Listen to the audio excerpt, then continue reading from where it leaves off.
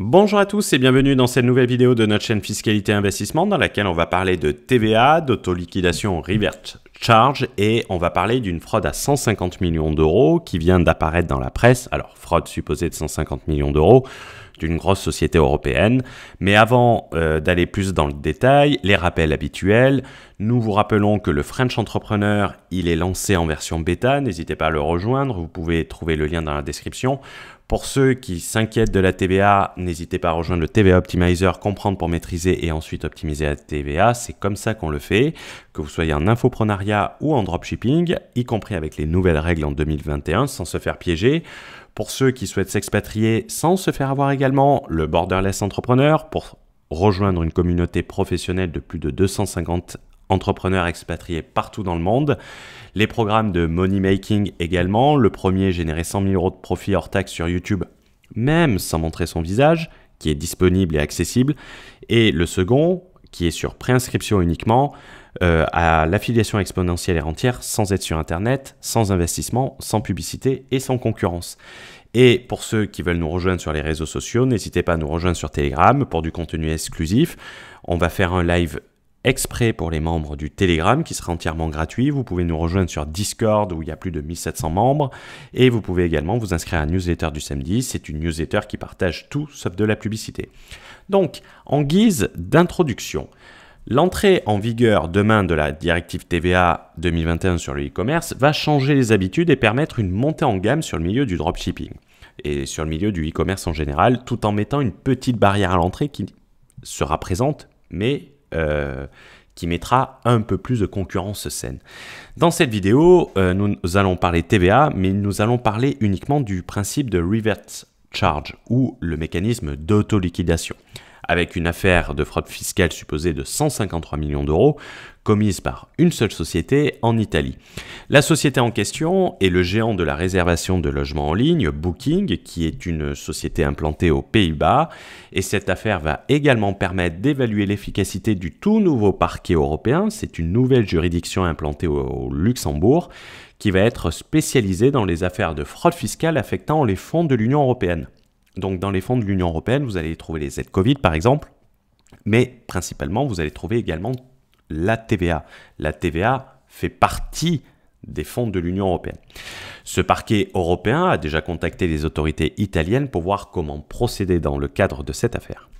Donc, de quoi est exactement accusé Booking? Booking est accusé d'une fraude à la TVA entre les Pays-Bas et l'Italie, notamment à travers le mécanisme de reverse charge sur une partie des bénéfices. Ce mécanisme, que nous allons détailler rapidement ensuite, permet de transférer en quelque sorte la responsabilité au preneur d'auto-liquider la TVA et d'éviter de s'enregistrer dans tous les pays européens. Dans le cas de l'affaire Booking, la TVA n'a pas été acquittée ni aux Pays-Bas, ni en Italie, où Booking n'a même pas de représentants fiscaux.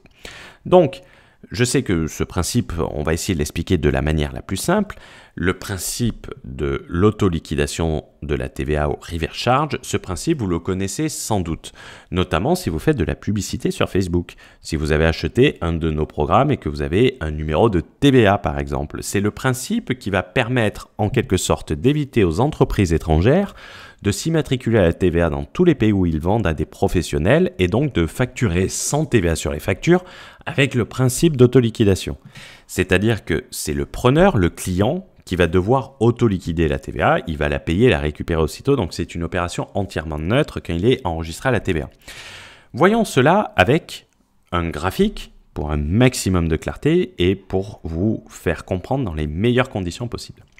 Le principe de l'autoliquidation de la TVA, il fonctionne de la manière suivante. Vous avez notre société par exemple, AH Européenne SARL, qui se situe hors de France. Cette société va vendre les programmes AH Fiscalité Investissement, notamment les programmes que vous trouverez en description, et on va pouvoir vendre à des auto-entrepreneurs en France qui ont par exemple pas de numéro de TVA puisqu'ils se trouvent sous les seuils. Lorsque on fait une vente à ce client sans numéro de TVA, qu'est-ce qu'on va faire? On va faire une facture TTC avec la TVA française qui sera ensuite reversée de manière trimestrielle via le MOS, le mini guichet unique. MOS qui va être également au début qui était réservé aux activités d'infoprenariat et qui est étendu aux activités de e-commerce qui évitent de s'enregistrer dans tous les pays lorsque vous faites des ventes à distance. Lorsque on vend à un auto-entrepreneur, mais qui cette fois-ci a un numéro de TVA, tout d'abord, on va vérifier la validité du numéro de TVA, soit par le VIES, où vous pouvez vérifier les numéros de TVA s'ils sont valides, s'ils correspondent bien à la société à qui vous facturez, et également s'ils sont entiers, parce qu'on va voir qu'il y a des limited number, il y a des TVA qui ne permettent pas toutes les transactions entre l'Union européenne. Qu'est-ce qu'on va faire à cette personne? On va toujours lui vendre le même programme, mais cette fois-ci, on va lui facturer en hors taxe avec une mention auto-liquidation de la TVA, tax amount subject to revert charge mécanisme sur la facture. C'est comme ça qu'on procède lorsque vous avez une société qui a un numéro de TVA ou qui n'a pas de numéro de TVA. Personnellement, concernant notre situation, il faut savoir que la moitié de nos clients sont des professionnels. Notre clientèle étant une clientèle professionnelle, généralement, ce sont leurs sociétés avec des numéros de TVA qui achètent. Donc, on facture généralement en hors taxe la moitié de nos clients.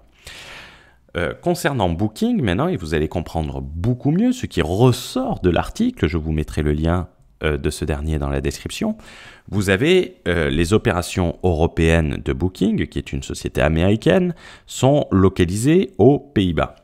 Lorsque Booking va être en relation avec un Italien qui a un numéro de TVA, elle va faire une facture hors taxe avec la mention auto-liquidation de la TVA, subject to revert charge mechanism.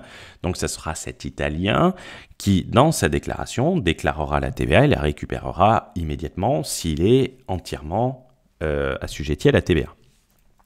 Cependant, vous avez des Italiens qui n'ont pas de numéro de TVA. Vous savez que Booking ne fait pas que des hôtels. Ils font également des particuliers, des éléments comme ça.